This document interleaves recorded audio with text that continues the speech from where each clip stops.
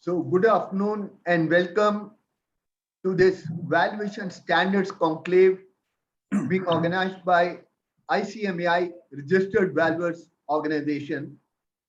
Even though some more participants are still joining, I think the number will be quite large very soon within next 5-10 minutes. But then let's start on time. It's 4 o'clock. I'm going to start the event.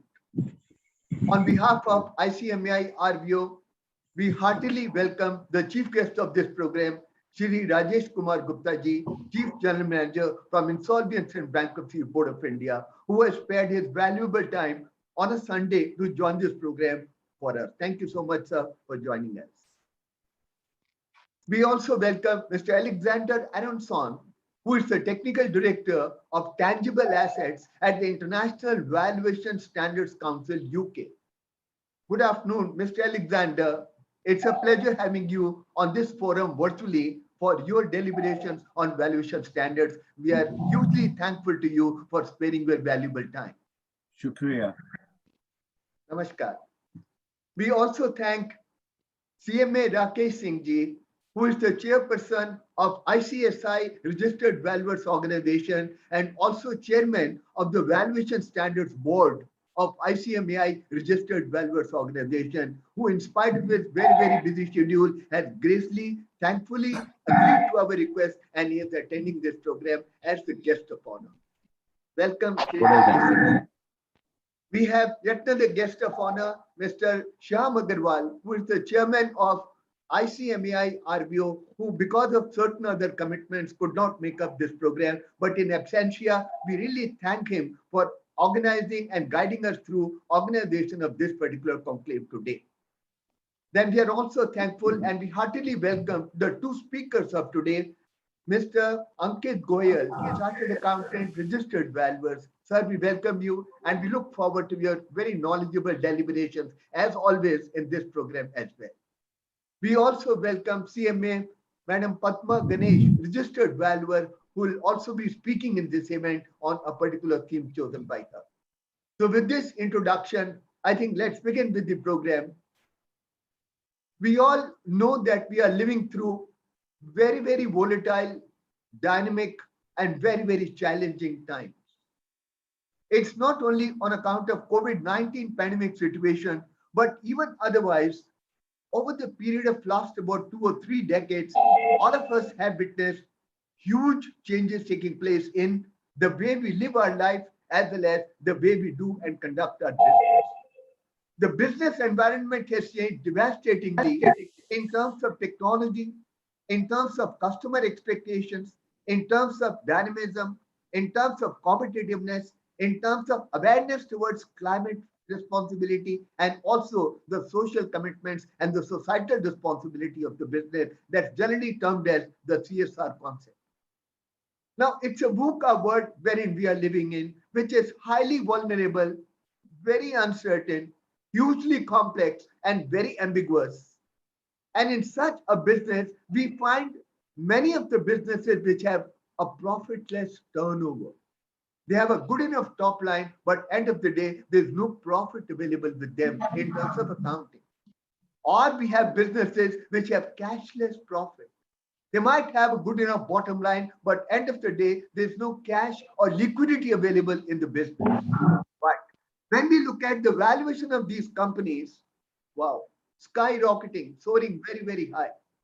The point that I'm trying to make here is that today, the success mantra for a business anywhere in the world, any part of the world, is of course you got to create profit. You got to have profit to be able to sustain in the market. But end of the day, what the stakeholders are today looking at is value creation. Are you creating value for the stakeholders or not? Are you preserving that value for the stakeholders or not? And are you able to enhance that value going forward on a sustainable basis? That's the success mantra for any business today. Look at the Zomato IPO case study. I mean, Zomato had a top line of 2,700 crores, current year loss of 2,300 crores, has an accumulated loss of 4,600 crores, and the share price, the price at which it got listed initially was 75 rupees, and it is currently trading at a price of something around 145 in the stock market. And the issue was oversubscribed 38 times. That's what the people today look for. They do definitely look for the past. They definitely look for the history of a company, but more so, they are interested in what is the value that this particular business can generate going forward. And therefore, we define value as what is value or what is valuation.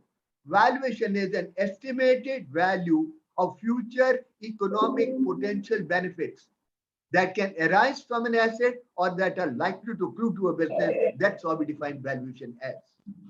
And as rightly said, valuation is not only about numbers. It's not simple input output. You have the financial statements, you have the projections, you put them in a financial model, you do Excel, you do spreadsheet, and you get the value.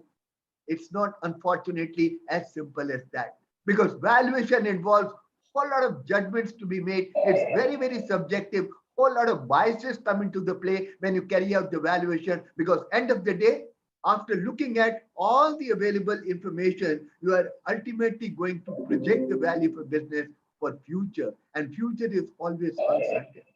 You really don't know how the future is going to pan out. You really don't know how the business will unfold in future post COVID-19 pandemic situation that the world as a whole is facing. And therefore, valuation is and will always remain a challenging assignment, a challenging task.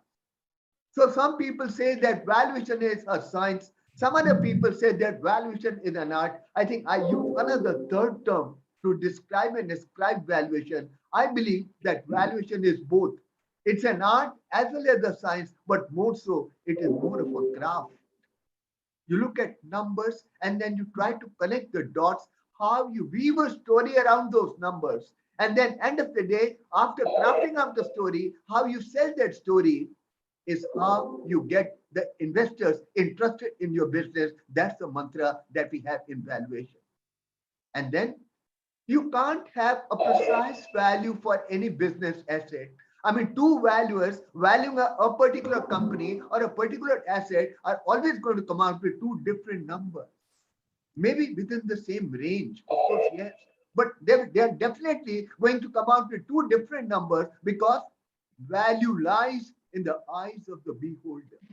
It differs from person to person. It depends upon his perspective, his perception, his judgment, his assumptions, and it all depends upon a lot of other factors. That's where the valuation differs from person to person.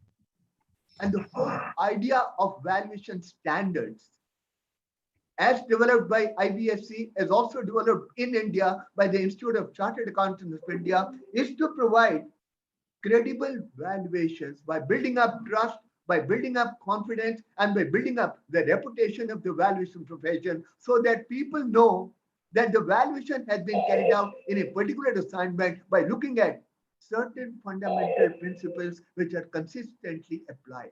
So that's why we apply the method of precedent transactions approach. That's the market approach to valuation. We rely upon precedent transactions approach only and due to the fact that we assume and believe that everyone today uses some kind of standards for carrying out valuation, and therefore the valuations are more or less consistent across sectors, across different companies, at least belonging to the same set of business and same line of business. So in order to deliberate on the aspect of valuation standards in terms of what are the objectives, what are the principles standards, as well as what are the new areas wherein there is a need for creating standards, we have the two speakers and we also interact with the open house during the question answer session. We will interact with the audience and the participants also so that we can take a cue as to what are the expectations of various registered valuers in the marketplace with regard to development of new standards and also the need for development of technical guidance notes. ICMAI RBO has already come out with drafts of two technical guidance notes on valuation standards. Hopefully soon we will come out with more as well because the valuation standards board is headed by today's guest of honor, Shri CMA Rakesh Singh sir. With these opening remarks, I should straight away start with the program. Thank you very much, all of you, for joining us, all the guests, all the participants. I would now request CMA Shri Rakesh Singh chairperson of ICSI Registered Valuation Organization, as well as chairman of the Valuation Standards Board of ICMAI Registered Valuers Organization, to share his perspective with regard to today's deliberations. CMA Shri Rakesh Singh. Thank you, Dr. Gupta. I hope that I'm audible and that being confirmed. So let me first of all say a very, very good evening to everyone and welcome to this conclave.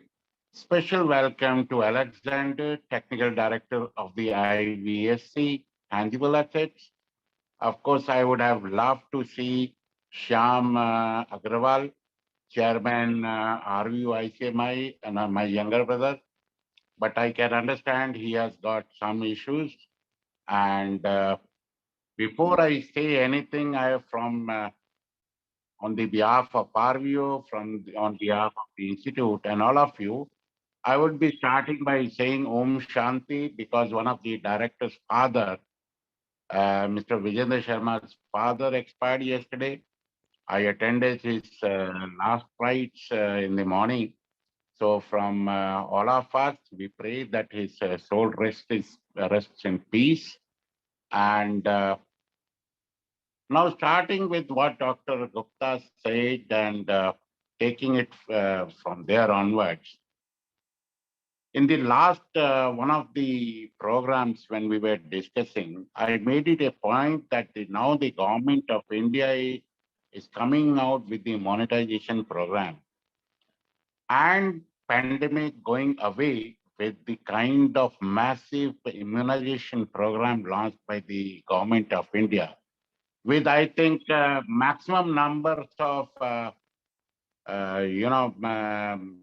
medicines available in India itself, and especially Covaxin locally.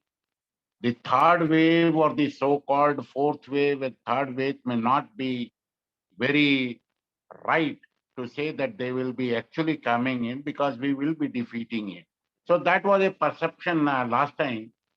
And I was of the very firm view that if the pandemic we can somehow maneuver and escape from that to some of the European countries and even in our own country, some of the states are still not able to deal with it. If that thing we take care, I think India is on a situation on the verge of or a cusp of such a massive transformation that when it starts, we should not get caught by the changes. And look at the situation. Dr. Gupta was mentioning about Zomato. But what we fail to understand is, and including Zomato, that Zomato was not an exception. What we have to look at is the overall picture. Look at a situation till Friday. The Sensex going 60,000 plus now. Who had imagined? People used to talk whether it will be 16,000 or 17,000 a couple of years back. Today, Sensex is at 60,000. And what is the range? If you start a range, it goes into multiples of 9 up to the multiples of even 38, 38, 39 in some of the shares. Now, this kind of a massive investment, massive inflow, and the valuations taking, how do we deal with it? The second point is, if you look at it, even the Companies Act, the kind of changes, transformation, and the tinkering with the rules, what the government is now doing, especially under the Companies Act for all of you know that now it is the Companies Act under which actually the profession of valuation has now come into an umbrella, sort of a regulatory mechanism has been put into place. But again, I am of the firm view that the real potential has not yet begun. It is only the national stage at which I think in the last 3-4 years, out of which you can straight away say 2 to 2.5 years, uh, gone by pandemic, and we have not been able to do it the way we could have progressed. But now the situation is changing so fast that now we have to take it head on. Otherwise, we will be left behind. So I'm coming to the main position of valuations and its concepts and its importance. Let me first really congratulate Dr. Gupta for making a bridge with the IVSC. Because previously, when I was heading the Valuation Standards Board in another organization, I started my communication with IVSC and I wanted a nodal place in our own country linked directly with IVSC so that we can advocate, we can, give our expertise because all of us know that India is a very complex country. And also we have got very complex business models. So unless we have got IBSC behind us, we won't be able to carry it forward. Of course, we can, but the point is how smoothly we can do, how easily we can transform, and how the expertise, the experience of IBSC, how we can bring it to our own country and our valuers. That was the primary aim. For some reason, there was a gap, and I'm really thankful to the ICMI to once again giving me charge of IBSC. We had our, not IBSC, Valuation Standard, but possibly, of course, that's not an impossible task. Technical director is here. But of course, I don't want to take the place of IVSC. I'm happy with the VSB of ICMI. We have already have our first meeting, and like Dr. Gupta said, Yes. that we have started our work on the guidance notes and best practices. Some of the standards more or less coming on a final stage. And the best part is that now we have got industry representatives with us. Now we have got very big professionals associated with us. And we feel that now with the kind of industry acceptance and having a leadership position, now we have got a bounden duty upon us to now educate our valuers and make them comfortable with these standards, because making them comfortable, is the first point before these gets accepted for the end users. I remember a long time back when I was being made the chairman of the Cost Accounting Standards Board. Someone referred about accounting standards, and he said, in India is a country where we love cricket so much, and we always talk in the language of cricket and everything. So somebody, a senior member of my board, said that standards are something, if you try to explain in the language of cricket, where there used to be a Coca-Cola ad. So they used to say, uh, you think cricket, you sleep cricket, but you drink Coca-Cola. That was type of an advertisement which was there. So he said, for the standards, basically you talk standards, you eat standards, you drink standards, you sleep with the standards also. That's the kind of passion you must have regarding standards in order to execute your performance, because that performance can make a lot of difference. Now, accounting standards and cost accounting standards, I'm just referring as a point the importance about these standards. But in valuation standards, let us understand your perception, your interpretation, and your endorsement makes a huge lot of a difference, because the kind of values which you are going to have or deal with, they are so huge in nature that small mistakes can cost the end users a lot. So the whole idea is that as much as possible, we have to learn with the help of course, the IVSC, which is the parent body for all these standards, and they can guide us. Our expertise in performance and their expertise in having the knowledge base and the kind of work they are doing, combined together, we can do we can bring a lot of benefit to India jurisdiction, and especially when India is now on the cusp of, getting into a massive developmental and transformation system. Of course, IBBI is there to help us out. IBBI, I thanked it, Mr. Gupta also, Rajesh Gupta also. He has been in past always supportive. He has been in the programs. And I understand that now ICMI is the link between IVSC and IBBI.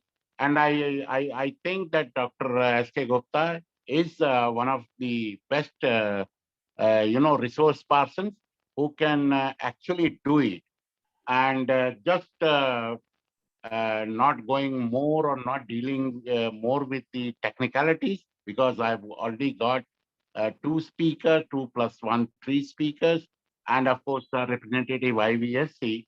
But only to inform, we have discussed that now we have specially allocated a place in Noida, where we will be developing one of the biggest resource places, including all the books, library, technical materials, and as a library for all the valuers who can participate there, and also a boardroom where VSB will be finding its technical material, and we'll be discussing that, which will be, it will have all the ebooks as well. So we are already discussing that. In fact, the work is already going on, and hopefully by second week of October, just after Dussehra, we can start with some of the things. With these, I have my good wishes to all of you, and I hope that this fantastic work being done by Dr. S.K. Gupta, and then especially the linkage which he has established between IVSC and India, and a bridge between IBBI and ICMI, and the kind of leadership positioning now we have taken. We will be there to help all other RVOs also, and have a more and more interactive sessions with IVSC. And I request Alexander, on behalf of all the registered valuers, especially India jurisdictions, that you make a point. Of course, it's all depend upon how the travel plans are going. Whenever you are here, we are always to welcome you in India, and we'll love to have you here. And that's all. I think we'll continuously be in touch with you. With all my best wishes to all the participants. Thank you, Dr. Gupta and Rajesh, for being here and making me part of this program. Thank you so much. Thank you so much, Rakesh sir, for giving us the encouragement, and under your guidance and leadership, we shall definitely carry on our agenda as you briefly prescribed and described in this session. We are definitely going forward in close association with IBSC as well as IBBI, and keeping all the stakeholders also in the loop. Along with that, continuously we'll continue to strive to bring about better standards and better technical guidance.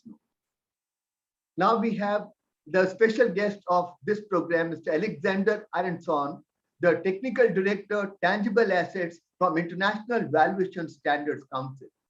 We have a very close association and relationship with IVSC on two fronts. One is that ICMAI RVO is an academic member of International Valuation Standards Council. And secondly, I'm personally a member of the Membership and Standards Recognition Board of IVSC.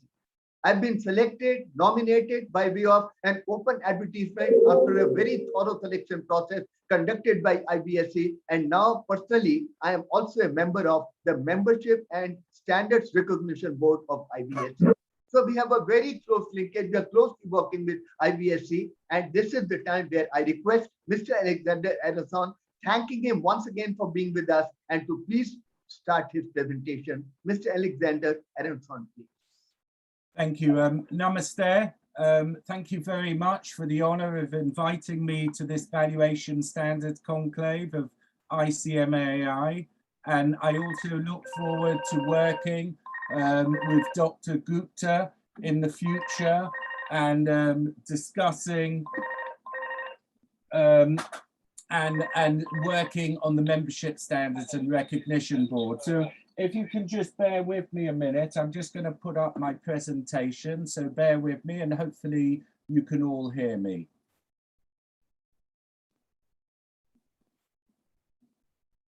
So hopefully now you can all see my presentation. And I'm going to tell you a little bit about the International Valuation Standards Council and also give a brief overview of the International Valuation Standards. Now, I would be happy in future to provide a more detailed technical presentation, but this is more or less a bit of an introduction in terms of what we do and about the International Valuation Standards. So the first question is, who is the International Valuation Standards Council? And we are the global body responsible for developing and setting international valuation standards, and we encourage development of the valuation profession worldwide. We are independent and not-for-profit. We rely on our fundings from members, regulators, governments, and valuation professional organizations and corporate sponsors. And the valuation standards cover every aspect of valuation, which I'll be going into a little detail in a while. So that's tangible assets valuation, business valuation, and financial instruments. And we work with many partners, including IOSCO, who are the international regulators who have set up a joint board with the valuation standards boards to look at harmonization and adoption of incorporation of the valuation standards. We work very closely with IASB, who issue the International Financial Reporting Standards, with IASB, IFAC, World Bank, the UN, and financial regulators to build trust in valuation and help develop the global financial system in the public interest. From our point of view, international valuation standards are increasingly applied in different markets around the world and have been increasingly adopted. Looking just at the structure, we have a board of trustees, an overarching board of trustees. The chair of the board of trustees is Alistair Darling, who was previously the Chancellor of Exchequer. We also have the previous Chancellor of Exchequer of Singapore. We have senators. We also have many sort of regulators, members of the World Bank and other high industry leaders as members of our Board of Trustees. And underneath the Board of Trustees, we have the Membership and Standards Recognition Board, which Dr. Gupta will be joining and will very much be looking forward to his input on behalf of India and the Indian markets as well. We have the Advisory Forum, which represents all our member organizations and gives feedbacks to the various IVSC technical boards. And we have an overarching standards review board that oversees all our technical standards. And underneath that, we have the tangible assets technical board, the business valuation board, and the financial instruments board. And the boards are comprised of global valuation experts from across the world. In Indian representation, I sit with Sandeep Kumar Deb, who's a member of the Tangible Assets Board. They lead development and the public consultation on the standards, and they meet regularly, normally on a monthly basis, though we do have additional working group meetings to review and propose updates to the standards. IVSC has over 173 member organizations, of which ICMI are a member, and we have professionals applying valuation standards in over 103 countries. Collectively, the VPOs across the IVSC network accredit more than 340,000 professional valuers. And from our point of view, valuation professional organizations and organizations such as yourselves are integral to our network of stakeholders. They qualify professionals, set rules, and they provide training. So I'm going to start off telling you a bit about the international valuation standards. And I'm going to use the example of cricket because it's been mentioned a lot today. It's a bit like the rules of cricket. It tells you the rules of what you have to do for the valuation standards. It doesn't tell you how to play the game. It doesn't tell you how to value, or in cricket terms, it doesn't tell you how to play cricket. In fact, if it did tell you how to play cricket, maybe England would be slightly more successful against India in future cricket matches, but there we go. So looking at the international valuation standards, what we have is general standards which give everything that the valuer needs to know from his initial valuation to his final report.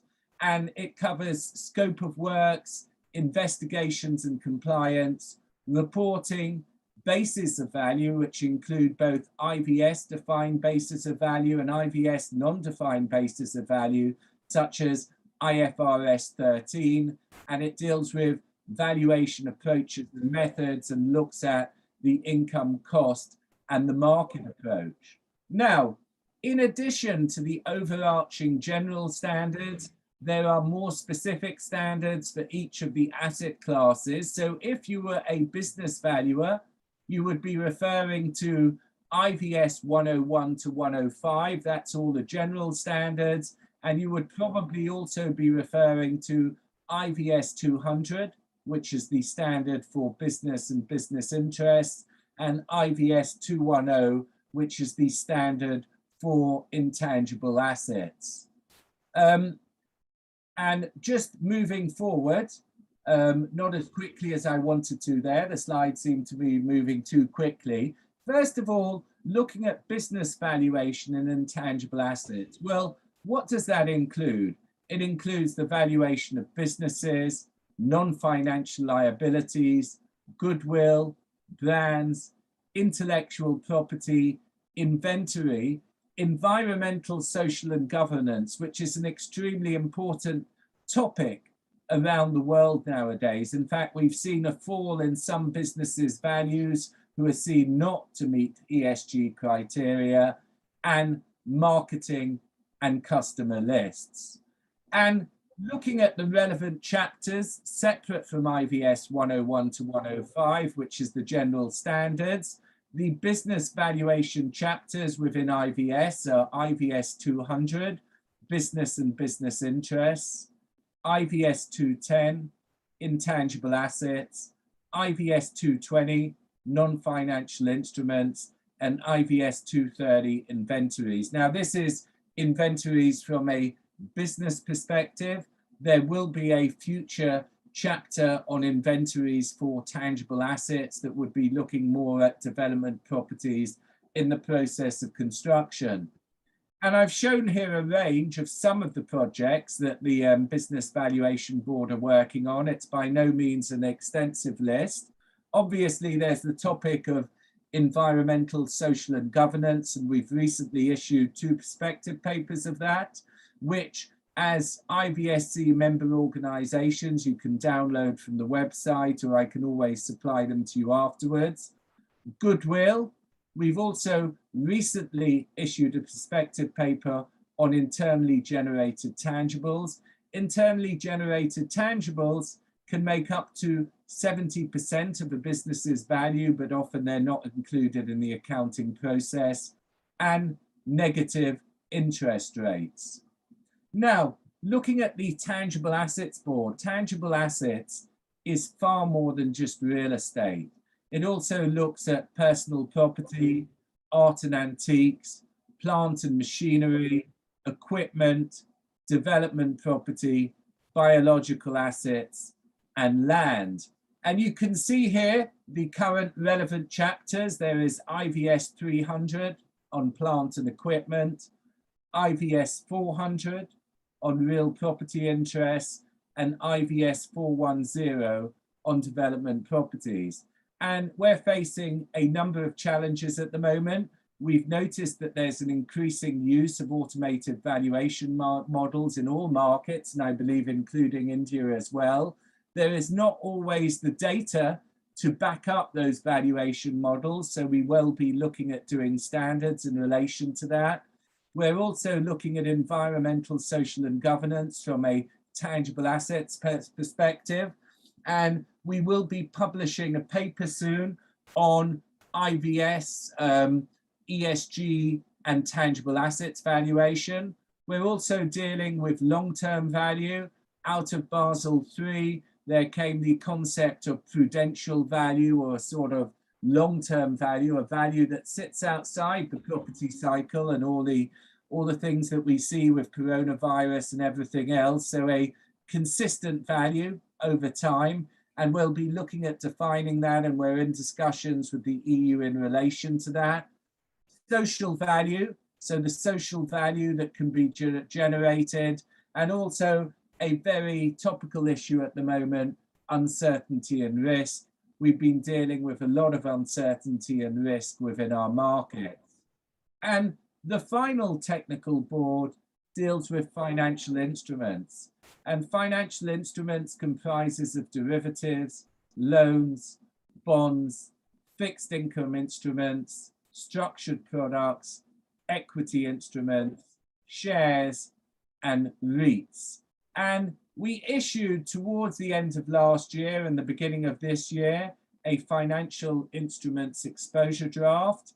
It was very much viewed from the perspective of an entity. The first stage of the two-part consultation concentrated on governance and data, and it included specific consultation questions for stakeholders. And it's one of the things that IVS does. We very much insistent on having an open, transparent and collaborative consultation process with all our members. And post-consultation, we also publish a basis of conclusion, which provides further details on the responses that we've received and any changes that the IVS has made as a result of those responses.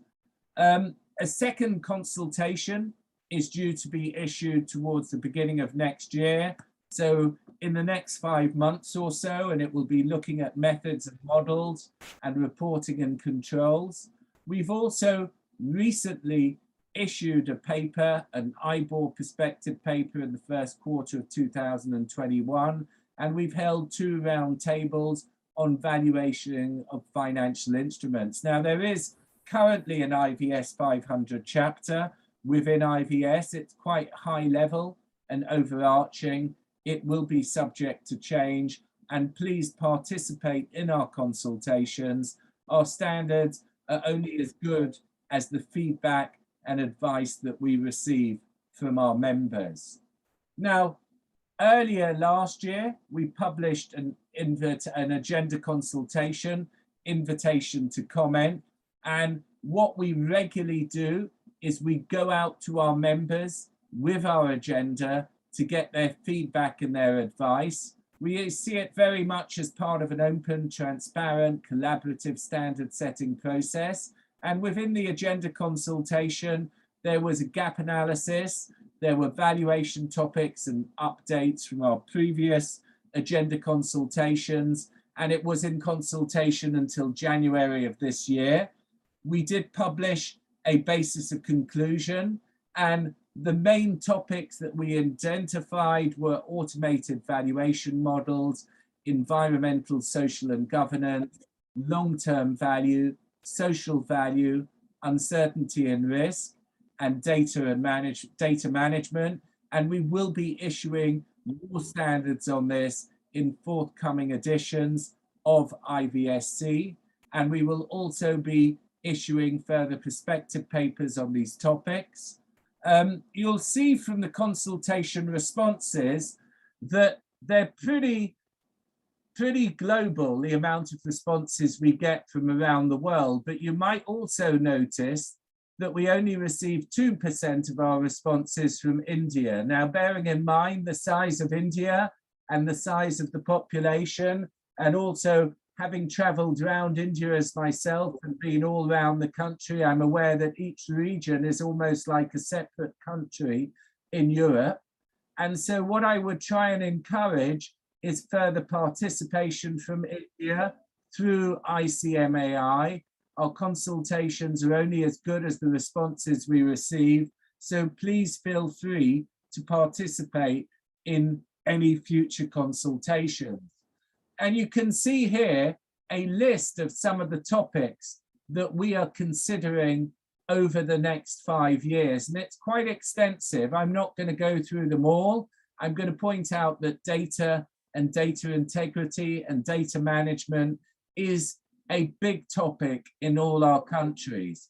Often the valuation is only as good as the data that we actually put into our valuation. I'm not sure where these red lines are coming from, but hopefully they're helpful to you. Internally generated intangibles is another very big topic. We've recently published a perspective paper on that. I'll share that with Dr. Gupta so he can share it with all of you and any other perspective papers that you'll be interested in. Also, prior to issuing the latest edition of the International Valuation Standards, which were issued at the end of July and included new sections on allocation of value and overarching valuation standard setting and valuation principles within the framework. And I could provide you a future presentation on those changes, if helpful, where I would go into them in detail. But we went to the market with our technical revisions and we received responses from the market. And on the basis of those responses, revisions were made to the standard. You can also see some other topics here: alternative investments, IBOR replacement, pension liabilities, recovery and resolution, trade-related properties, valuation funding adjustments, impairment for financial instruments, and insurance contracts. So you can see we have quite an extensive list. We're always willing to add to this list and take on feedback. We are very much an open process. And the final thing that I'd like to talk you through before answering any questions and leaving you to the rest of your wonderful conference is a little bit about perspective papers. So perspective papers are often a precursor to standard setting, where we will be going to the market and we will be trying to get views from the market in relation to the standards that we're doing. And you can see certain perspective papers here. This is a series of 3 perspective papers on goodwill. We've very much been talking with the International Accounting Standards Board about goodwill and impairment test for goodwill and giving our feedback in relation to valuation, because their accounting looks more at it from a cost perspective. The accounting and the valuation need to meet. The economics actually need to match. And I'm going to just highlight here some other papers that we've recently published. At the beginning of the crisis, we did a paper on dealing with uncertainty, valuation uncertainty at times of market rest. That is still very much a relevant paper, and I would recommend that you all have a look at it. We've also looked at defining and estimating social value, challenges to market value, where there will be a separate paper coming in the series over the course of the next few months. ESG and business valuation, a framework to ESG valuation, and the recently published paper on internally generated intangibles. So that is a very quick overarching presentation on IVSC. As my colleagues will tell you, I can actually talk for hours and hours on this topic. So I'm happy to take any questions from any of you in relation to the topics that I've raised. And I wish you a very successful rest of the conference. And I thank you for your time. Shukriya, Dhanyavad.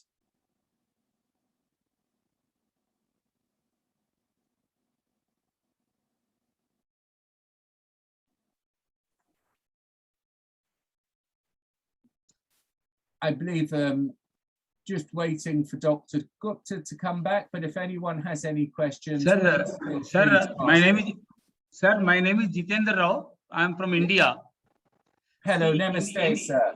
In the chart that you have shown, you said the responses are more from Australia and New Zealand, whereas it's about 13% there, while it is only 2% from India. So Yes. generally, I mean, what would be the reason according to IVSC, sir? What made Australia to have a bigger responses? Is it simply a proactive approach or something else?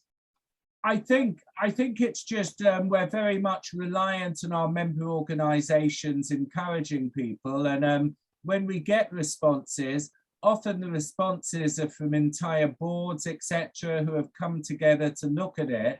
But I would say that getting more responses from India would be extremely helpful to the development of the standards, both within India and to the development of the international valuation standards as a whole. To get more market feedback is only going to improve it. We do have Indian board members, and we're very much looking forward to Dr. Gupta's representation on the membership standards and recognition board. And this is one of the things that they will actually be looking at. How do we get more response from India? How can we encourage your participation? We need your participation as much as possible. But thank you for your excellent question. Thank you, sir. Thank you.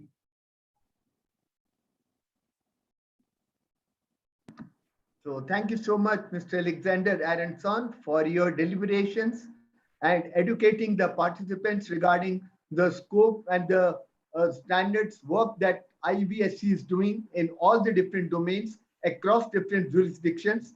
And we assure you of our continued partnership with IVSC, especially in India domain now, since ICMAI RBO is taking the lead and I am also a member of MSRB. Hopefully, we shall be able to actively participate in all the different activities of IVSC going forward. That's assurance from our side, sir. And thank you so very much for sparing your valuable time and joining us and sharing your deliberations with the participants. Thank you. And I'll be very happy to provide a more detailed technical presentation in future if helpful. My Hindi is not great. I think maybe I say Aujo Filmalenge, but that could be Gujarati. So my apologies if I've got it wrong. I thank you all very much and I wish you well with the rest of your conference. Thank you so much, sir. Thank you. Thank you, sir. We would now request Mr. Rajesh Kumar Gupta, Chief General Manager, Insolvency and Bankruptcy Board of India, who has been very, very cooperative, very supportive for providing guidance, direction for the operation, management, running of ICMAI, RBO, and all the other RBOs for that matter. But we have really been getting a lot of support from IBBI and particularly from Mr. Rajesh Gupta, who is currently looking after the work of RBO. Sir, we are grateful to you for your kind presence in this valuation standards conclave. We would request you to kindly share your perspective with regard to today's deliberations. Mr. Rajesh Gupta, Chief General Manager, IBBI, please. Thank you, Dr. Gupta. Am I audible? Yes, sir. Yes, sir. Thank you. Dr. Alexander Armstrong, Director Technical Standards, IVSC. Shri Rakesh Singh, Chairperson, ICSI RBO. Dr. S.K. Gupta, MD, ICMAI RBO. My fellow valuers, Shri Ankit Goyal and Madam Padma Ganesh. A very good evening to all of you and of course the distinguished participants. A very good evening and a warm welcome. I am humbled to be invited as the chief guest in this Valuation Standards Conclave, organized very aptly and at a very topical time by the ICMAI RBO. The fact that valuation is both an art as well as a science needs no reiteration. Of course, Dr. Gupta also is mentioning the same thing. It's an art as well as a science, and maybe it is more of a craft. I fully agree with Dr. Gupta on to those kind of a terminology being utilized for valuation. It is heavily dependent on the judgment of the valuation professional who applies his skills, experience, and competency in a stimulated environment to arrive at the most accurate value of an asset. However, it must also be kept in mind that such professional judgment becomes the most significant basis for undertaking crucial economic decisions by various market participants, such as granting of loans, enforcement of security, ensuring compliance with reporting requirements, levy of various taxes, taking strategic decisions, including mergers and amalgamations, approving or rejection of resolution plans under the IBC, etc. A wrong decision, as all of us are very well aware, based on an improper valuation valuation judgment may be disastrous for the stakeholders in specific and to the economy in general. During the corporate insolvency resolution process, a wrong valuation or liquidation of a viable enterprise, both of which are equally detrimental to the health of the economy. It is well understood that the valuation of an asset provides an estimate of worth of that asset at any given point of time and for a particular purpose. This may not be the actual value of the asset, and the market may decide a different price for that asset, depending on so many parameters, permutation combinations, and situations which may be arising. What the valuer opines to be the value of the asset is merely an approximate estimate, which is arrived at by making calculations of various situations and parameters pertaining to the asset. It is a legitimate expectation of the market that the value opined by different valuers are in near range, and absence of which may create confusion and distrust in the minds of stakeholders. However, the estimate of valuation could be different if different players adopt different approaches, different methodologies for valuation of the same asset, and in the same circumstances also. If every valuer estimates a different value of the same asset by using a different approach in the same circumstances, a customer may be worse off with a valuation, and the valuer who has arrived at such a valuation may find it difficult to defend his position.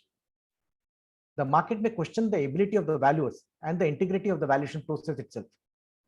The market is already flooded with such situations where the conduct of a valuer is questioned whenever any transactions fall on the wrong side of the legal line or even certain perceived preconceived notions. Accountability and liability of the valuers may be severely restricted in such a scenario. Such situation is not in the best interest of the market, where various crucial economic and commercial decisions are taken on the basis of the valuation reports. Therefore, there is a need of having uniform and standardized approach to valuation, which minimizes the scope of differences between the valuation reports of different valuers, which may promote market integrity and respect for the profession. This is usually achieved through a uniform valuation standards the world over, which the valuers are required to follow while conducting the valuations.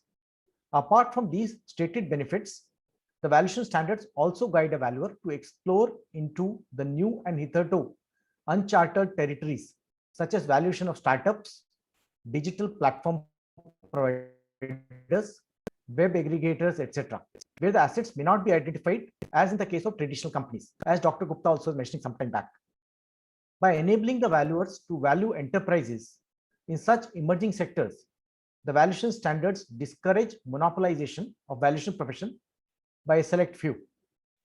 Under the company's registered valuers and valuation rules 2017, a valuer is required to conduct valuations in compliance with the valuation standards notified by the Government of India. The central government has constituted a committee under the chairpersonship of Professor R. Ranayaswamy to provide recommendations on valuation standards. The committee has already submitted its report on asset classes specific valuation standards to the Ministry of Corporate Affairs, and it is expected that the government may notify the valuation standards pretty soon. However, till such time the government notifies these standards, the rules require a valuer to conduct valuations as per the internationally accepted valuation standards or valuation standards adopted by any registered valuer organization. In this block backdrop, I would like to urge the participants present today to actively and duly follow valuation standards in their conduct of valuation. The same should be explicitly and transparently brought out in the valuation reports prepared by them. Such a practice not only adequately informs the consumer of the valuation services, its constraints, but also enhances the credibility of the report and also provides certain degree of safety cushion to the valuer itself. With these words, I would like to thank ICMAI, RBO, and Dr. Gupta for organizing this conclave on valuation standards at an appropriate time. The conclave will help to raise consciousness of the valuers and stakeholders towards adoption of the valuation standards. I convey my best wishes for the session, and at the same time, I'd also like to thank Dr. Alexander for the kind of work they are doing in IVSC in terms of the few topics which they have chosen for future work including things like the automated valuation models, the environment and social governance, the uncertainty and the risk management, etc., which I feel would go a long way in enhancing the credibility of the profession and setting up the valuation standards globally. Thank you. Thank you, everyone. Thank you, sir. Thank you so very much, Rajesh Gupta, sir, Chief General Manager, IBBI, for your very, very wide perspective on the valuation profession as a whole, and also bringing it down to how the utility of valuation standards is very important for the entire valuation domain for the work to be carried out. Sir, we are highly thankful for your kind presence in this conclave, and we are highly encouraged by your words of encouragement and motivation. We assure you of our full cooperation from ICMAI RBO in all your endeavors to promote the profession of valuation and also do whatever is best in the interest of the registered values. Thank you so much, sir. Thank you. We now start the technical session where we have two speakers. I would like to invite the first speaker of today's evening, CMA Madam Padma Ganesh. Madam Padma Ganesh, please start your deliberations. Thank you, sir. First of all, good evening to all the dignitaries present over here, and a warm welcome to all the participants, my fellow colleagues, all the participants who are attending this session. So this is about the valuation standards conclave. Before we talk about the valuation standards, it's just about the need to understand like from where this need has arisen. Now just before I start, I would like to say that I have not prepared any presentation on this. So I'll just be talking about this topic. So where does the need for this valuation standards arise from?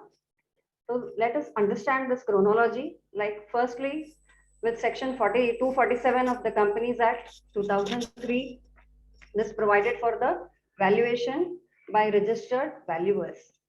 Now in line with this Companies Act section 247, later on, the company's registered valuers and valuation rules. This came into force on 18th October 2017. Now, as per this rule, the valuation rules shall apply for the valuation in respect of any property, stock, shares, debentures, securities, goodwill, or net worth of a company or its liabilities under the provisions of the Act or those rules like. The Act in the sense, the Companies Act 2013. So in short, the company's registered valuers and valuation rules 2017 was applicable to the valuations that would be taken up in the light of the Companies Act 2013. Now, in course of time, this application of these valuer rules, it extended to the IBC. So from with effect from 1st February 2019, by way of a circular issued by IBBI, it was directed that no insolvency professional shall appoint a person other than a registered valuer to conduct any valuation under the code or any of the regulations made thereunder. So this way, this registered valuers rules, it is applicable to all the valuations that are being conducted under the Companies Act as well as under the IBC code and its regulations. Now, in these rules, if you will just go through the Rule 8, which deals with the conduct of valuation, it is laid down in the Rule 8 that the registered valuer, while conducting the valuation, he shall comply with the valuation standards as notified or modified under Rule 18. Now, under Rule 18 of these valuers and valuation rules, no such standards have been notified as on date, like as our other dignitaries from IBBI and from ICMAI RBO, as they mentioned, that they have submitted some report to the MCA and it is likely to be introduced very soon. But till such time, we are supposed to rather conduct our valuation on the basis of internationally accepted valuation standards or the valuation standards adopted by any RBO. Now, in our country, your ICAI has released the valuation standards. So the members of ICAI RBO would follow the standards set out by ICAI, or any other RBO, whoever is adopting whichever standards, be it the IBS or ICAI standards. So accordingly, it shall be applicable to each of those respective members of that RBO. Now for ICMAI RBO, like we have adopted the international valuation standards.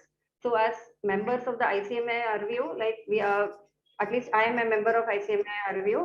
So if I am taking up a valuation, I am required to conduct my valuation exercise on the basis of the internationally accepted valuation standard, that is our IVS, International Valuation Standards, which is released by IVSC, that is the International Valuation Standards Council.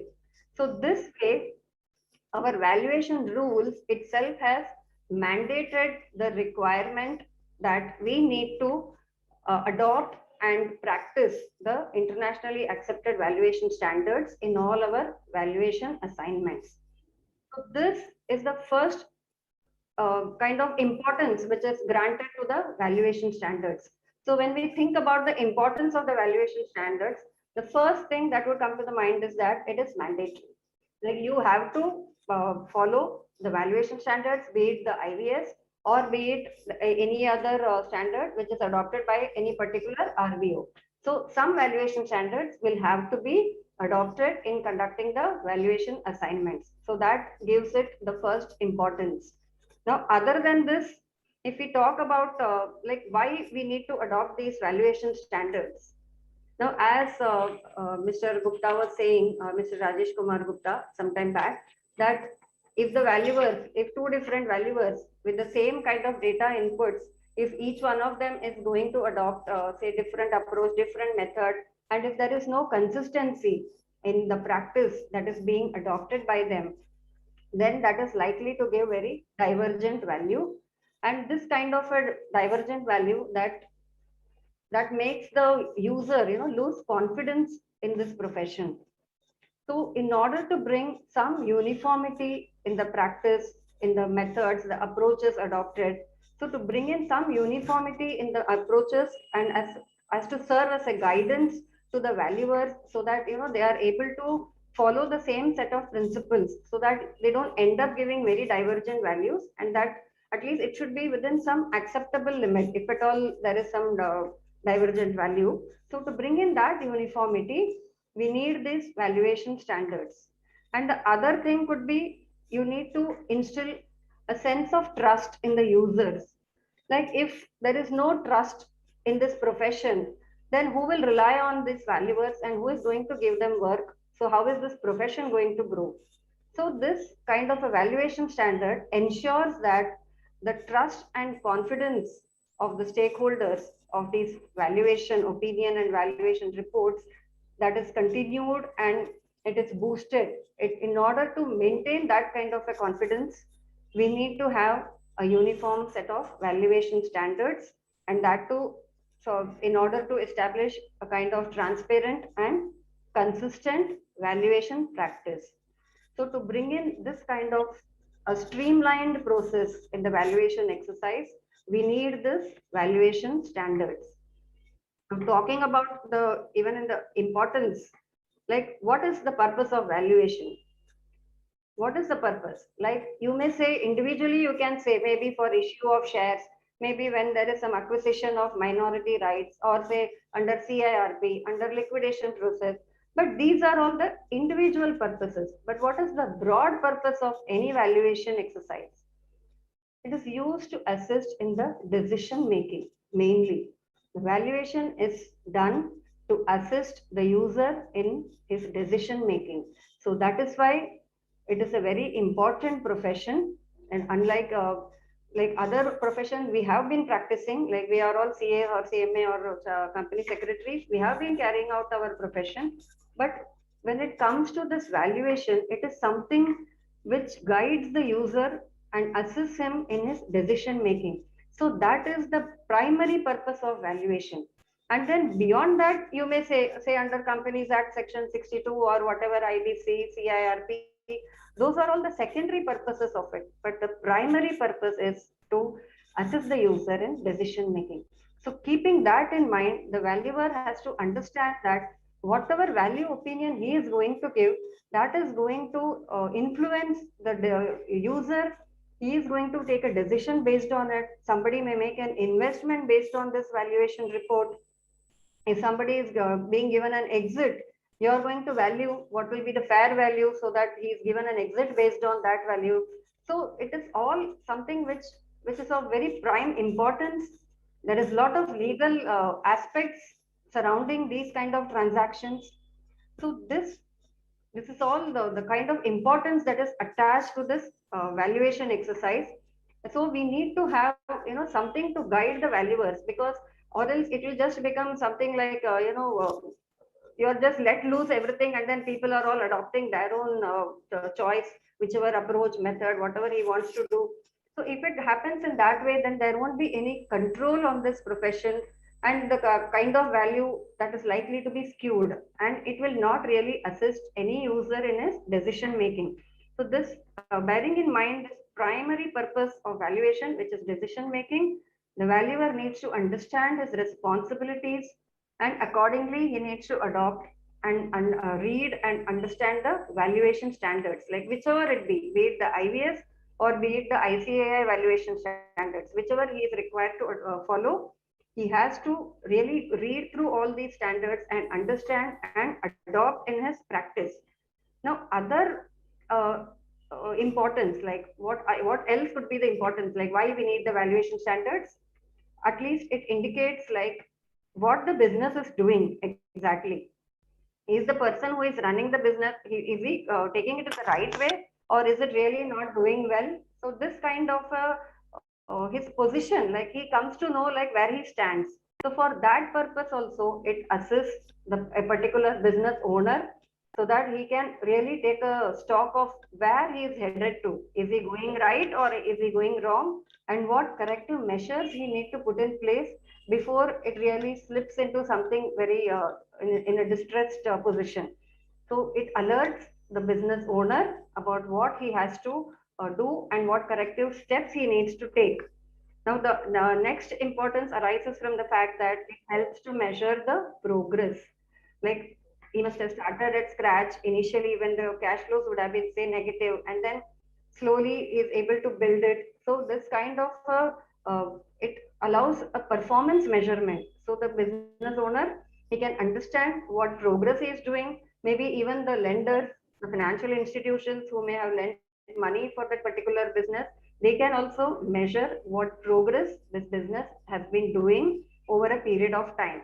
So for that purpose also, we need to do this valuation, and we need to have uniform valuation standards.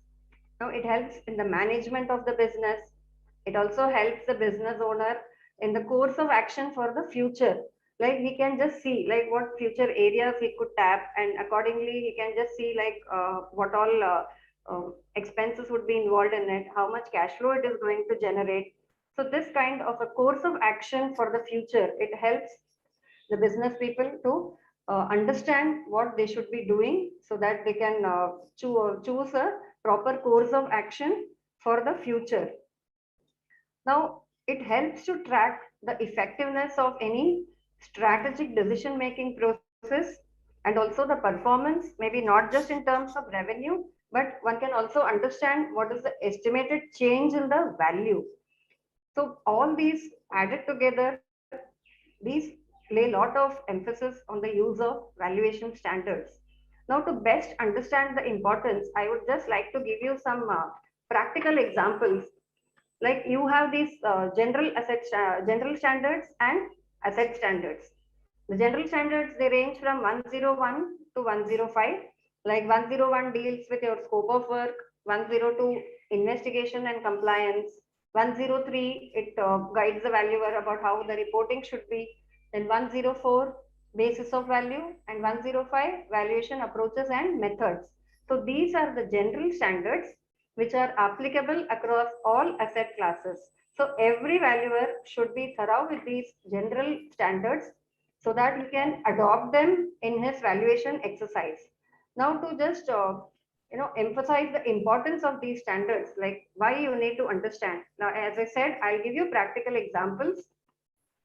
These are all related to the judicial pronouncement which have come up in IBC cases as well as in Companies Act. So once you understand these judicial pronouncements, you will know why these standards are important to be complied with. In a particular case of IBC, in the case of a ICICI Bank versus Unimark Remedies, which had gone into the corporate insolvency resolution process. The valuation was done, and as mandated under the CIRP regulations, 2 valuers were appointed.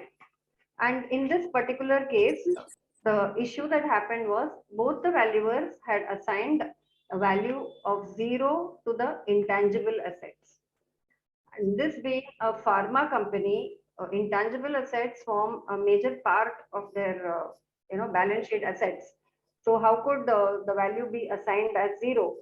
So the minority financial creditor, Corporation Bank, they filed an application with NCLT Mumbai stating that the valuers have not done a correct job and they need to be replaced, because in the last financial statement, the intangible assets value stood at some 200 odd crores, and now these 2 valuers have assigned it the value 0, because of which the value of the corporate debtor has eroded considerably. And because of this reason, this objective of the code, that is the maximization of the assets, maximization of the wealth of the corporate debtor, is not met. So this was the plea which was put forth by Corporation Bank.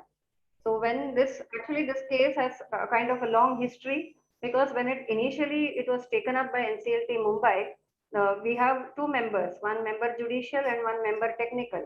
And there was dissent among these 2 members. Like one opined that yes, the valuation is heard and we need to appoint another valuer, while the other member stated that there is no such provision that we can doubt the valuation given by the valuers and appoint another, and that will also frustrate the timeline process. So there was dissent among the 2 members, and then the matter it went to NCLT president, and NCLT president then sent the case back to another member judicial of NCLT Mumbai, and then she took up this case once again on fresh terms. Like first she noted whether they had the powers to really appoint another valuer, and when it was concluded as yes, she went on to discuss this valuation report.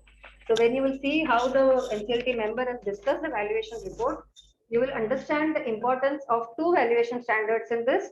One is in relation to investigation and compliance, that is IVS 102, and the other would be with the valuation of intangible assets, which is covered under the asset standard IVS 210.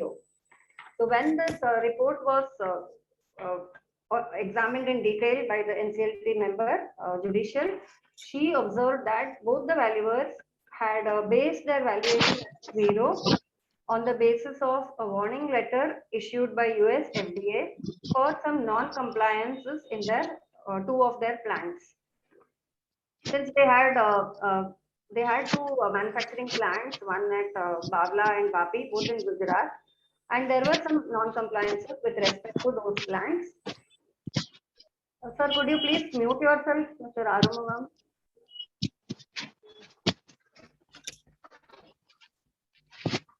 All the participants are requested to kindly mute yourself, please. Thank you.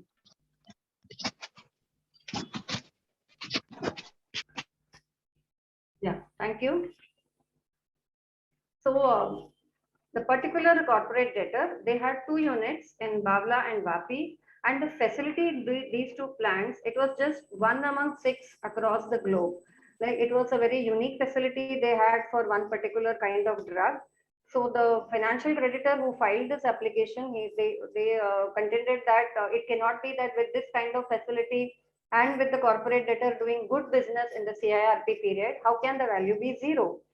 So when the judicial member, where she took up the valuation report, she observed that it is based on the warning letters that they just assigned it 0 value, and that they felt because of these warning letters, US at their end could impose an import ban, like at their end, an import ban from India of these of imports from this company, and this could affect the revenue of this company, and so they assigned the value 0. But the member opined that that would be only with respect to USA. But what about other countries? The exports to other countries could continue. And it's not as if these were not rectifiable non-compliances. These non-compliances which were pointed out by US FDA, if they were rectified, then they could do business once again. So that was not an issue. So that could not be called as a closure of that business itself and then giving a value of 0 to the intangible assets. And they should have critically examined the warning letter and not just gone by the plain reading that warning letter, okay, fine, so assign it 0. So here, the valuers ought to have, adopted the valuation standard IVS 102 in principle and practice, both. Like they should have really gone through the inspection. They should have analyzed and critically examined the warning letter. They should have seen like what best could have been done, maybe to comply with those, like what cost could have been involved in that. So all these matters ought to have been examined by them under this IVS 102, but was not carried out. And they just gave the value 0. So NCLT observed that the valuer had really erred by not critically examining the warning letter when they ought to have done it. And further, they also went on to discuss that the valuation reports did not discuss any approach or method. Now, our IVS 105, that is also another standard which we have to really adopt in our valuation. We need to discuss all the valuation approaches and some possible methods under them.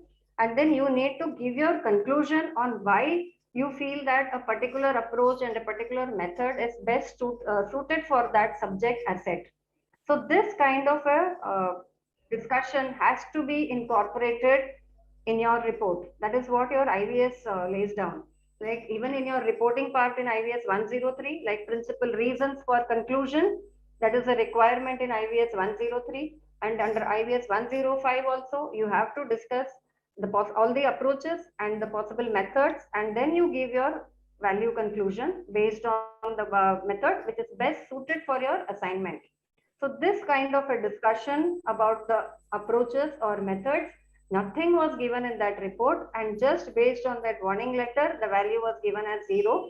So the NCLT ruled that this valuation is erred, and this kind of a report assigning a 0 value is completely untenable, particularly in the light of the objective of the IBC code, which states that the objective is to maximize the assets of the corporate debtor. But this is only leading to erosion and not the kind of professionalism that is expected of the valuers. So for this particular case, the NCLT member, they went ahead and they ordered that a third valuer be appointed for the limited purpose of valuing the intangible assets. So here you can see that you had the valuers, both of them, had they gone through the IVS 102 compliance, then 103 giving the reasons for conclusion, then 105 about your selection of a particular approach or a method, then maybe this kind of a blind assignment of 0 would not have happened. They would have gone in depth and they could have analyzed the letter, they could have critically examined the warning letter, and maybe the work could have been more professional rather than just giving this kind of a value. So here, like, you can really see the importance of following your IVS. Like if you are getting an assignment, we need to really see, have I done my necessary homework with respect to the investigations and compliance? Have I analyzed? Have I inspected the records? Have I obtained all the documents? Have I done all my calculations correctly? So all these checks will come in place once you are adhering to the standards. So it is for this purpose that these standards have been made, so that it is a guiding force for you. Like you have to, it is like your holy book. We say that our holy books, they are a way of our life. It is not just something to be kept in one side and just offered flowers on it, but it's a way of life.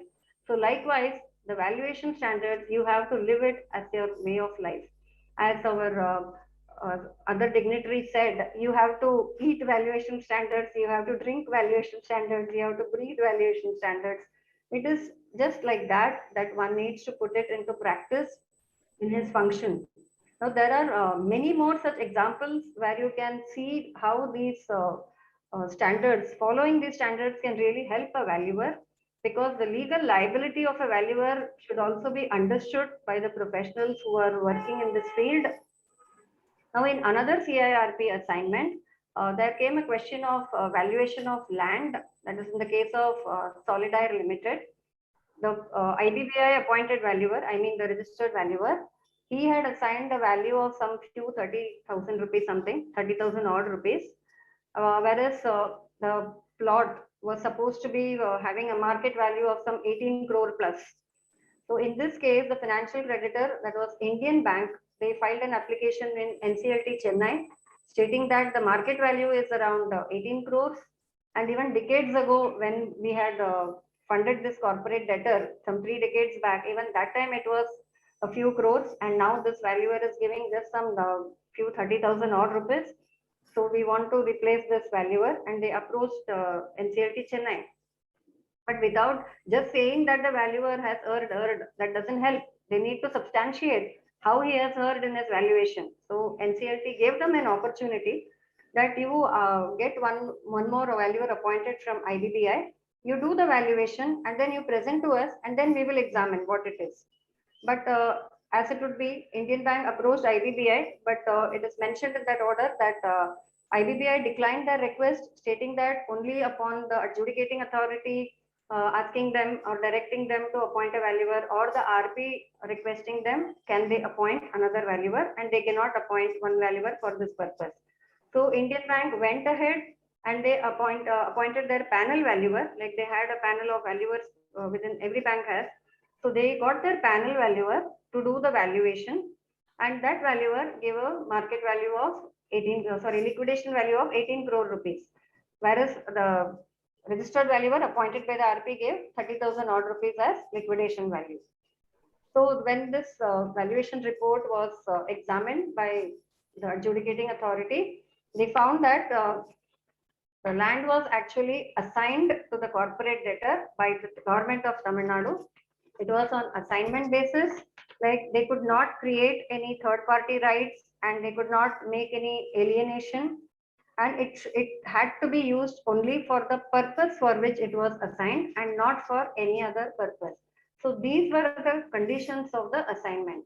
And further, at any time, if the corporate debtor were to hand the land back over to the government of Tamil Nadu, what they would get in exchange would be the same assignment value which they paid some 3 decades back, that is the 30,000 odd rupees. So it was on that basis that the registered valuer appointed by the RP had valued it at this 30,000 odd rupees.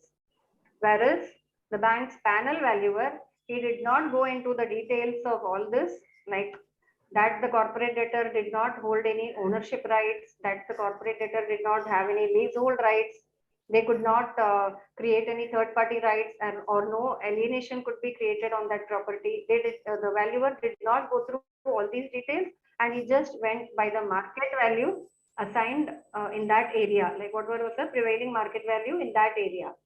So to that extent here, if you will take this situation, the valuer appointed by the RP had done his exercise correctly. Maybe he carried out his investigations and compliance under 102 correctly. So he applied the correct method, like whatever the assignment value, that again, that only that will be got back by the CD. So he used the correct approach. Whereas the other valuer, he had not gone into all these investigations and compliance, and he just went by the market value without looking into the title or the other details of this particular land. So this is also another example where the valuers need to be careful in conducting their valuation. There is also one case in the with respect to the valuation of shares, wherein the exit value was worked out in respect of one particular shareholder, and in this case, both the shareholder and the company, they were both aggrieved, and they both filed.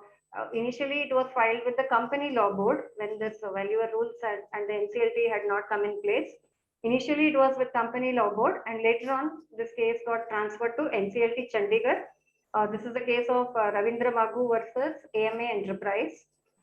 So in this case, both of them alleged that the valuer had not done the valuation correctly, that even the valuation date was not adhered to as laid down by the court. They have not adopted the proper method or approach and so on. But when the NCLT examined the report, they found that the valuer had discussed 5 methods under the different approaches. She had discussed 5 methods. She had even weighed the pros and cons of each of these methods. And finally, she had concluded upon one particular method which was best suited to that assignment. So here, the valuer had adhered to the standards properly, which was in place at that time. At that time, though, it was not about following your valuation standards, but corporate affairs standard. But whatever was the standard, that was adhered to correctly by the valuer. So you can actually see how the legal liability arises for the valuation reports that we give. Like anybody who is aggrieved, he is likely to challenge. So once this happens, we should be in a position to defend our valuation. And how will we be able to do it? Only by following all our standards correctly, and it should be in place. Like we should be able to document like what all standards you have followed. In fact, we are required to report in our valuation report that the valuation standards that have been adopted by us. Like you need to list out what all you have followed. So based on that, you have to keep your documentation in place so that you can defend your valuation. So you can see how this valuation standards, they can assist you in defending your valuation if you follow it correctly. So we need to bear these judicial pronouncements in mind. In fact, if you go through the international valuation standards, you can see how it is laid down in the standards itself in under the IVS 105 that the valuer, he should have the sufficient competency, he should have a good knowledge of the regulatory framework or the law for which he is carrying out the valuation, and he should also have a good knowledge of the case laws surrounding that particular assignment. So when IVS itself is stating that, it is stating that in under IVS 105, and you can find this in all the asset standards, like how they are stating that the valuer should have sufficient knowledge of the case laws too. So once you have this kind of a guidance, like you won't go astray and you will be in the line of the correct valuation, and you will be able to justify whatever you may have done in your assignment. So we need to understand that the importance of the valuation standard lies in this fact that it helps us to defend our valuation when practiced correctly. So this is about how you can really put this into practice. So that is why I just picked up these to make it understood better, like you can understand it better.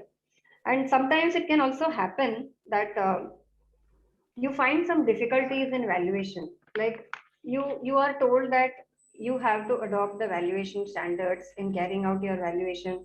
You have to go by the basis of value. You have both the IVS defined basis of value. You have a non-exhaustive list of the non-IVS defined basis of value. Then you have the premise of value.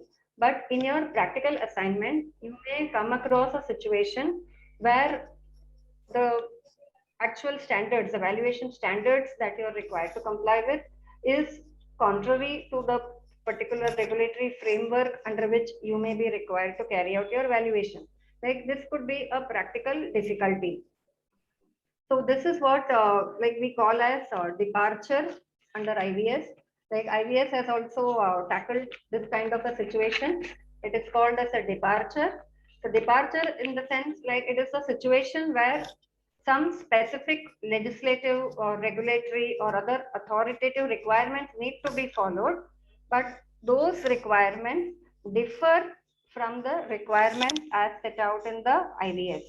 So these are called the departures, but such departures you have to handle them, and in the sense that the valuer has to comply with the legislative requirement for which he is carrying out his valuation, the legislative or the regulatory requirement, and this kind of a departure will be considered to be in compliance with IVS. Like that the departure has arisen on account of compliance with certain regulatory or legislative requirements, it will be treated as compliance with IVS.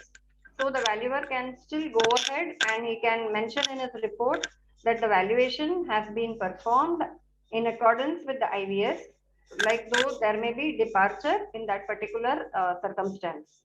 But one has to remember that this departure is allowed only with respect to the legislative and regulatory or authoritative requirements, and such requirements will take precedence over the IVS requirement, and the departures which are not a result of the legislative requirements, that will not be permitted when you want to state that you have carried out your valuation in accordance with the IVS.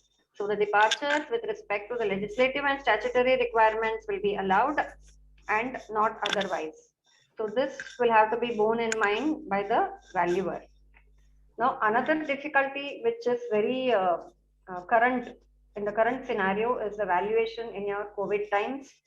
So for this purpose, as Mr. Alexander also pointed out, they had released a paper sometime in March 2020 about dealing with this COVID situation, like that is titled as Dealing with Valuation Uncertainty at Times of Market Unrest.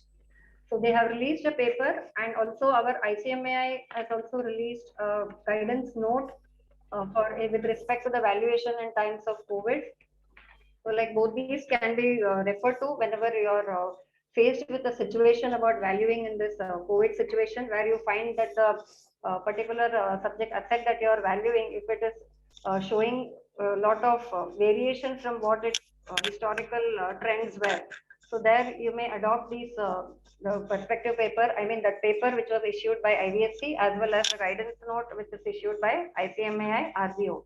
So in the IVSC paper, actually, they have brought out the difference between the valuation uncertainty and market risk. That we need to understand this difference between market risk and valuation uncertainty.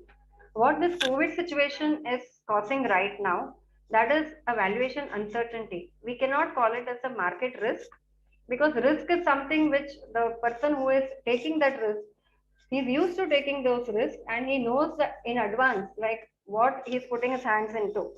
So that is what is the risk. And uncertainty is something which is unpredictable, which is, it could be any, like this was so unpredictable what happened in the last 1.5 years. So this kind of a principle has to be borne in mind. You can go through that document, which is available in the IVSC website also. So that can serve as guidance for you to carry out your valuation in times of COVID. But even in that paper, they have mentioned that sometimes now, because of this COVID situation, some local governments could have put some restrictions on movement, because of which maybe the valuer, where if he needs to even carry out the physical verification, he may not be in a position to physically visit that place and carry out the verification. But in such cases, like what about compliance with IVS 102? So in that situation, what that paper states is, it will be the professional's call, like how well the value opinion is likely to be affected by his not being able to adhere to that IVS 102. So if he feels that the value opinion is going to be largely impacted, then he should better decline that kind of a limitation. And in no case the valuer is allowed to then mention in his report that we have conducted the valuation in terms of IVS 102. So this is what that paper clearly states. So if you have some restrictions on your movement, because of which you are not able to carry out your physical verification, then in such a case, the valuer should take a call.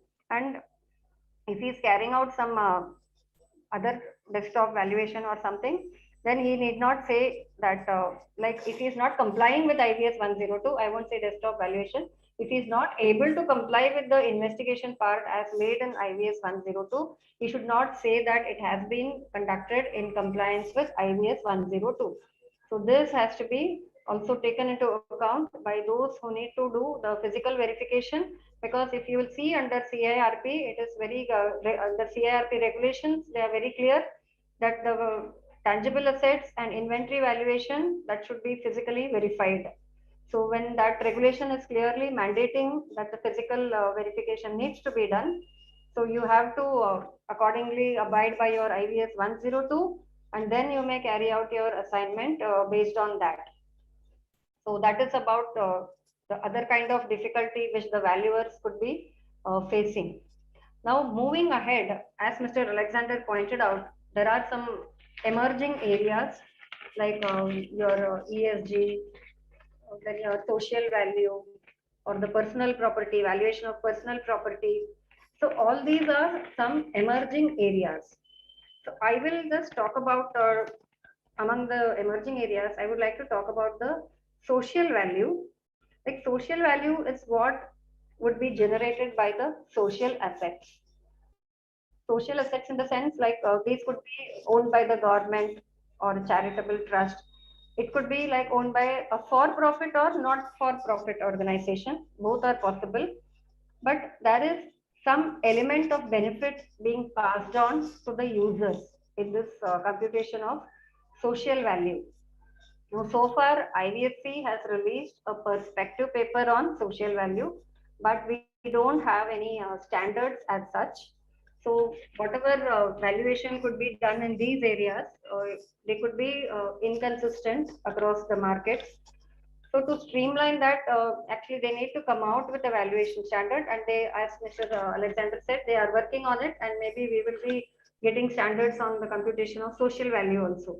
But the important aspect under the social value, if you will see, what are the main components that are involved in it? Like one would be the cost to the asset owner, the monetary cost involved to the asset owner. One would be the benefits that arise to the user of the asset. There could also be benefits that could arise to the non-user of the asset. So these would form the main components of your social value. Like say if there is a metro line which is laid down, now it involves a cost to the owner of the asset. Say if it is owned by the government, it involves a cost to them, cost of laying, operating, running. And if they are offering those tickets at some subsidized rates, that subsidy, whatever they are offering, that is also a cost to them. But the user of the asset, the people who use that metro to travel, that is a benefit which has arisen to the asset user. And in what form does it benefit the non-asset users? So maybe all the people who are living along the track of that metro line, those people or small businesses there, they could be benefited. Like the business could be benefited because people are able to commute to that area now. So the economic activity increases in that area. So that adds value to the business. And what about the people who are living there? Maybe the flying of vehicles that release your gases, I mean the harmful gases into the air, that is reduced because of this metro. So they are able to breathe fresh air that improves their quality of life. So their visits to doctor reduce. So that is adding a benefit to them. So how to compute all these benefits in monetary terms? How to give a value to this? It is okay to compute the cost to the asset user, maybe whatever he is foregoing by way of subsidy or whatever cost he may have incurred in that particular social asset. And the benefit to the asset user also directly you may come to know because of the subsidy which is being provided to them. But the non-asset users who are benefited, like how to take a count on the number of these non-asset users, how to compute the benefit that may have arisen, like that is a very challenging task because all such people, all these can be done only by means of some survey. One will have to do maybe a door-to-door survey, household-wise and the business-wise. Like, did they see any change prior and after that metro? And what is the kind of expense that they have saved on? Did their trips to the doctor cut down? Did they save on such medicines and the doctor's bills? So all these, putting a monetary value to all this and computing the social value, all this we will need to have some proper standards in place so that it can be uniformly done. Because it's not as if it would just be in one place and just one particular valuer will be doing this kind of an assignment. So we need some uniformity in principles. Now this is just about say some infra project which is relatable to a government agency. But if you take maybe even some philanthropic projects which are done by the corporates, say some corporate is conducting some training in a village to the farmers about the use of the modern technology, maybe IoT, how they can water their plants, just staying at home and things like that. So they want to impart some training to the farmers. So say 10 farmers are attending it. So how to compute the social value in this? So the farmer, if instead of working on his land, if he has come here and he has attended the training, say 1 hour, 2 hours, so what is the cost involved for him? Like he has foregone some wages there, some earnings he has foregone there to attend this. And what will be the benefit that he is going to gain in future? So all these, these are all very subjective things, like how to assess and how to put a value on this. But nonetheless, the corporates are interested in really understanding what their return is on the investments, on their investments on such projects. Like if somebody is providing some drinking water facility, or they are going in a village and teaching the children about the hygiene aspects. They teach the children, say, to wash hands frequently. And then looking at some child, maybe the neighbor also starts that. So this kind of hygiene project is on. So how to put a value on this? So maybe that they will give you some feedback stating that because of following this hygiene practice, our doctor visits reduced. We are more healthy now. So we are spending less on medicines and such things. So maybe these could be a type in which you can compute the value, the social value. So to measure the social value, we have some methods in place like social return on investment and all. But maybe a more standardized procedure will help the valuers, and these kind of assignments, these could be more in the game, like once the things are standardized and they are all the perspectives are put in place. Now similar to this social value, you also have the personal property. Now in personal property, that covers, say, the arts, paintings, so all these types which are owned by an individual. So for this type of this arts, painting and all, like you need to have you need to understand that there could be a primary market for it, wherein it is coming straight out of the artist's place and maybe sold for the first time, or if it is offered purchased once and then resold, maybe that's your secondary market. So we need to understand the kind of market it operates in, and what would be the types of value under which it can be valued. Say your benchmark value, they have something called the appraisal value. So on this topic also, the IVSC has released a perspective paper regarding the valuation of personal properties. But what at present, as per that perspective paper, what they feel is they don't need to issue any fresh standards on this, because the valuers can very well adopt the general standards for the valuation of this personal property. So likewise for the agricultural properties like IVSC perspective paper, it says that though the agricultural properties are different from the real property, like the real property, it could be just with respect to your commercial or residential use, but agricultural property, it will differ in the sense that here you have to consider your land, maybe whatever improvements that may have gone in the land, the agricultural produce, maybe the plant and machinery which are attached to the land or not attached to the land. Like if it is a processing unit, it is likely to be attached. If it is just with respect to your mechanical plowing system or something, your tractor or something, those are not attached to the land. Then your biological assets attached to the land, say your plants or your animals, livestock, which are not attached to the land. So all these and the agricultural produce, all these would form part of your agricultural properties.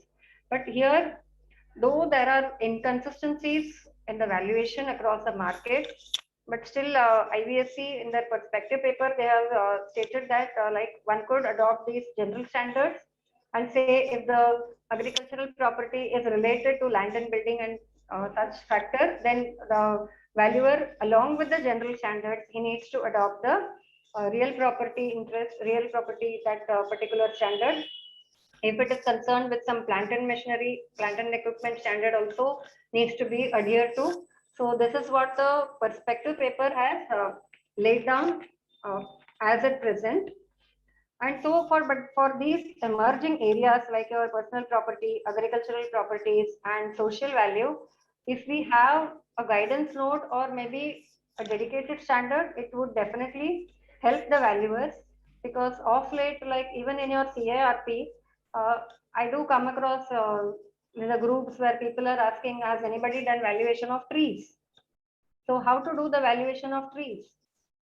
So this kind of a valuation, if there is some guidance note or some standard, it will assist the valuer, to give a more uniform, by adopting a more uniform method or approach. So there will be some consistency among valuers when they carry out their valuation. Now coming to the Indian scenario, now as regards our the mandatory requirements for which the valuer services are required, the company said, okay, fine, we are doing all the financial instruments basically over there or the business valuation. But for the CIRP process, we don't have any separate class of valuer, say for your gems, jewelry and precious stones.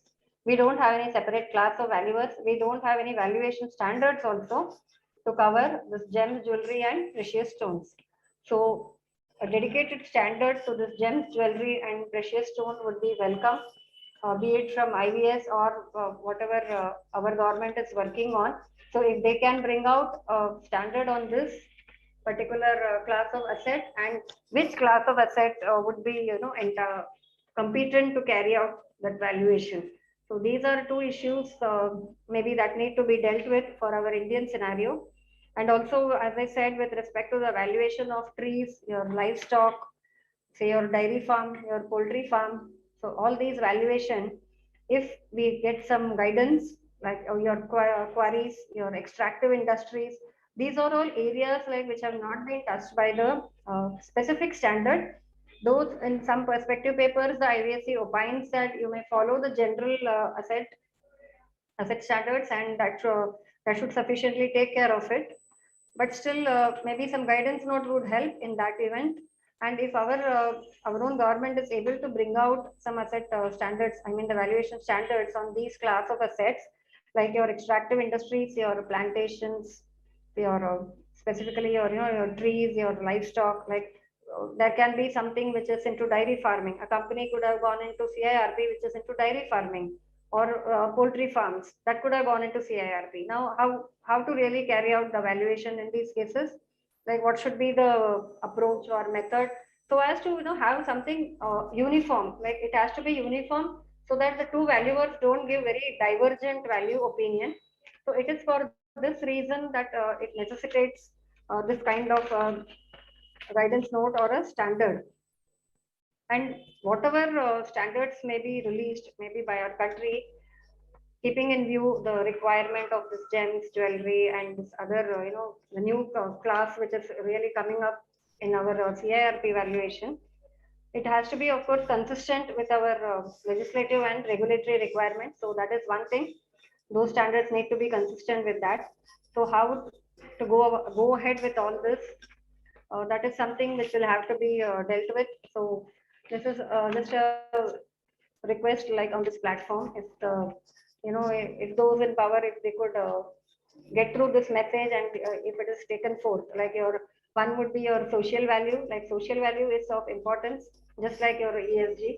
ESG is another thing, and the social value, because the corporates are interested in really finding out what is the social value with respect to the investments that they have made in that projects.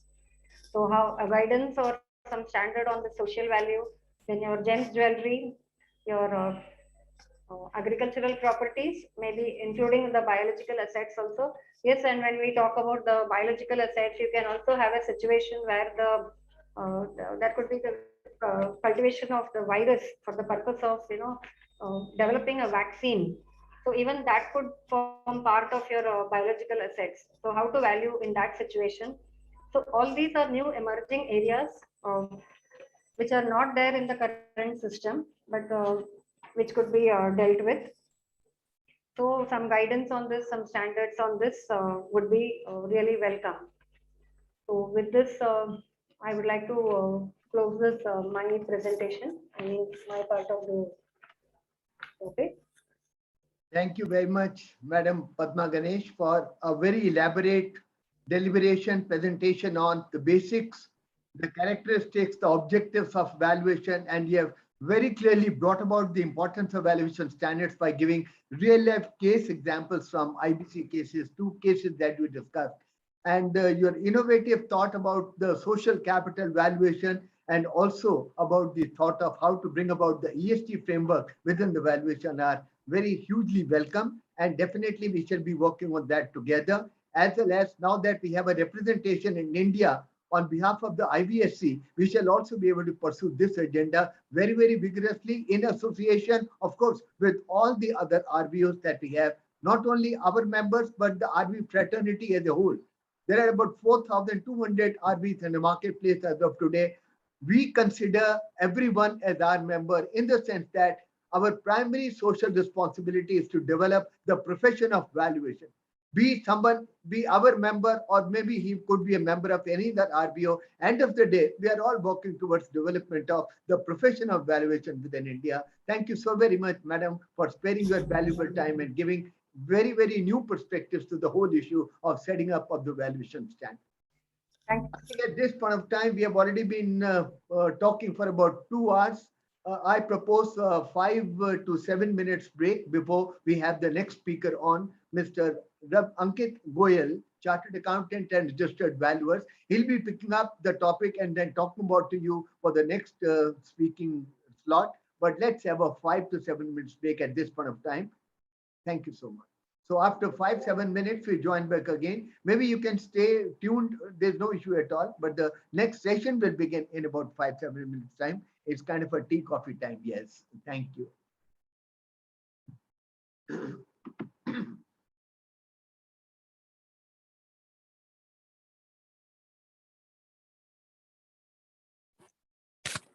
Meanwhile, can I ask one question from Madam Padma Ganesh, please?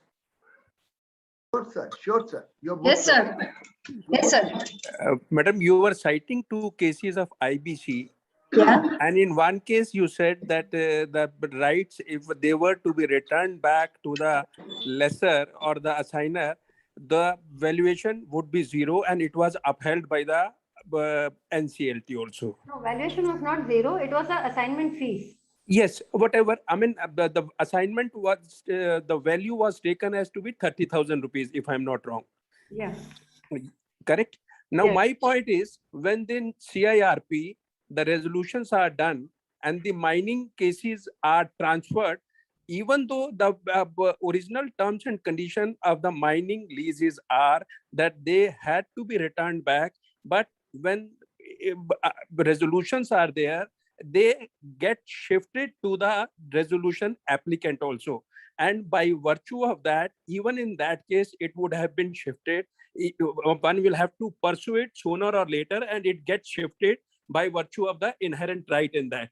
And from that perspective, how far you think that kind of valuation was correct? You mean in the case law, how it was correct? Yes. So that was based on the terms in which the assignment happened. And that is what the NCLT has ruled in that case. So the terms of assignment were such that if at any time they returned back, they would get only the assignment fees, and the company had no other rights attached to it. They did not even have the leasehold rights as such. They only had the right to use it for the purpose which they stated. So that was one thing, and they could not. There was no third party rights could be created, no alienation allowed. So that being the case, this was the only thing that would be returned back to them, if at all the land were to be returned to the government. So this was based on the terms of the agreement with the government of Tamil Nadu, based on which NCLT Chennai has ruled in that manner. Now, actually, you are right. What I'm trying to say is that in this kind of scenario, the resolution becomes all the more easier in the sense that if something is available at 30K, the person who is going to buy, why would not he buy 18 crore rupees of asset at 13K, and why at all it needs to be returned back?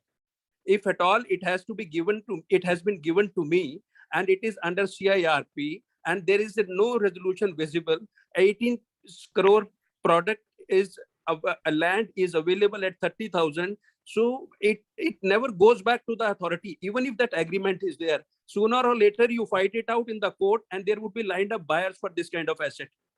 You find a buy it and land up in the court, and at the end of the day in Supreme Court, you will get it. even if you don't get it at the lower levels or at NCLT level or 80 level, but you will definitely get it. That is why it has come for resolution here. And if one, and I don't know what was the ultimate fate of that case. That even I am not aware of, but I don't think it was challenged further because we are not getting any details about it. At least I didn't So get. I searched was it liquidated in that case? That case was liquidated or it was resolved? I think it had been resolved. The final liquidation value on IBC site I checked, it came to something like 6 crores. Very strange. I mean, I am not aware of, so need to go through that, but I'm finding it very strange that this cannot be transferred. Those rights cannot be transferred to the new buyer. When the mining leases also go to the new buyers. Anyhow, thank you very much. Yes, sir. Thank you.